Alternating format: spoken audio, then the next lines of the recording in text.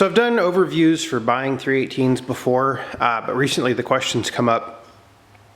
You know, how do you know what you're getting? And I figured I would take a good 318 and a somewhat suspect 318 and kind of go from there.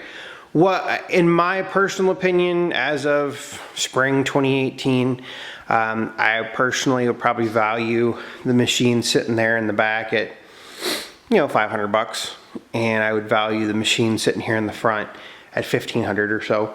And I'll go over why that's the case here in just a minute, or throughout this video, I guess. But what I want you to think about is, yes, they look completely different in terms of you know, just cosmetics. Obviously, the one closer to the camera is shinier, it has a better paint job, the hood's not cracked, it has a grill. But what about other things that you can look for? Because oftentimes when you go to look at a machine to buy it, you don't have a direct comparison right next to it. And you know, what I really hate to see is I hate to see someone pick up a machine and then have to spend, because you know the machine is a deal, quote unquote, but at the same time you end up spending 3 times what you need to trying to fix it up. You know, because you want it to look good or you want it to be functional. And there's nothing wrong with just it being functional. I mean, that's what I've done with that back machine. I paid $255 for it. I spent another about $125 getting it back running, and now I'm going to spend another $100 to fix the next issue on it that I've gone over in other videos.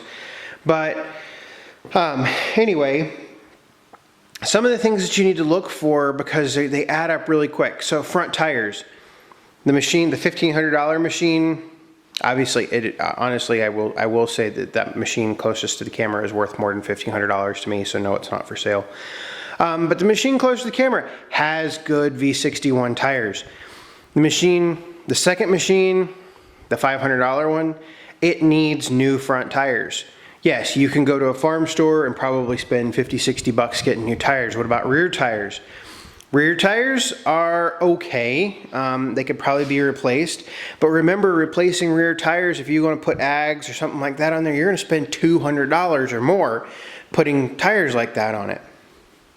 And I'm ignoring you know, some of the additions, like a suspension seat on this front one and the weight bar and the weights and stuff like that. Don't worry about any of that for purposes of this video. But you know, we're looking at overall things.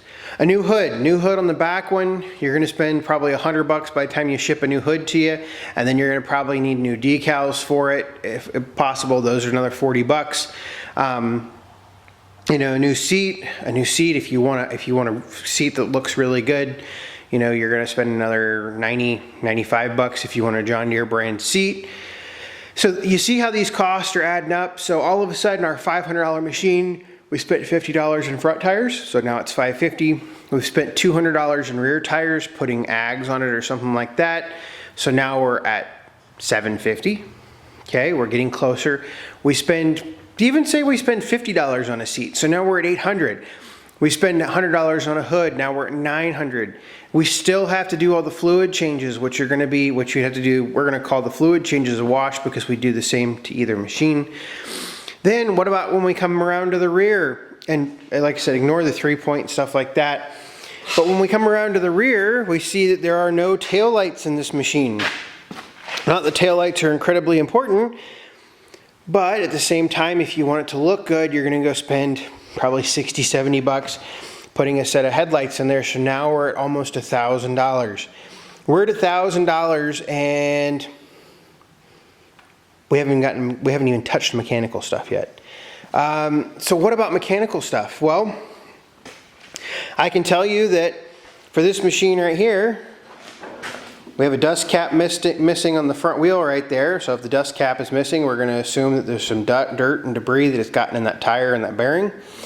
Well, then if we start to look at the steering cylinders right here, sorry if you're picking up some wind noise. It's too hot in the shop to be not have air moving through here. But on this steering cylinder right here, we're gonna wipe our finger, no grease, a little bit of dust, debris, stuff like that, which we would expect on the front of the cylinder. But if we come over here and do the same thing to this cylinder right here, what do we find? Oh, we find a little bit of grease, a little fine film. I can tell you that the steering cylinder actually does leak a little bit, and that fine film is just from where the last time I cleaned it. But okay, so now we've got a steering cylinder on our $1,500 machine. Our steering cylinder doesn't need any attention. This one may not for some time, but eventually it'll start to leak. All of a sudden we spend another $200, so now we're at $1,200. Thereabouts. All right, we're getting ever so close to our $1,500 purchase price. Now, other things that we think about, this is a $500 machine that we're going to buy on Craigslist. Are we going to go run it for 30 minutes to see if it has a flyball spacer problem? Probably not. Well, guess what? It's got a flyball spacer problem. Flyball spacer, when I fix it, I'm going to budget about 6 hours of my time to pull the engine, pull all the tin off, pull the flywheel off, clean the engine block, pull the rear timing cover off, take it all apart, put the new flywheel spacer in there, put it all back together and put it back in the tractor. I've taken 6 hours of my time. And also, I have gone and have spent, by the time you buy all the parts, you're going to be 60 to 100 bucks in it, depending on where you source the parts from. So now our $1,200 machine is, say, $1,250. So we're at $1,250, and we haven't even, we've just fixed the engine in terms of the flyball spacer. Anything else that we need to do, rings, things like that, we can assume that if it's not in that great of a shape, it probably hasn't been taken care of as well. And so we know that, there's potential there. We also know that, if you're not paying attention, I don't know if you can see it, but there's a crack right there on the oil pan. So the oil pan on this machine needs to replace. You can do that at the same time you're doing the flyball spacer. Well, guess what? That's another couple hours, another 60 bucks by the time you get the gasket, etc. So now we're at $1,300. We're going up.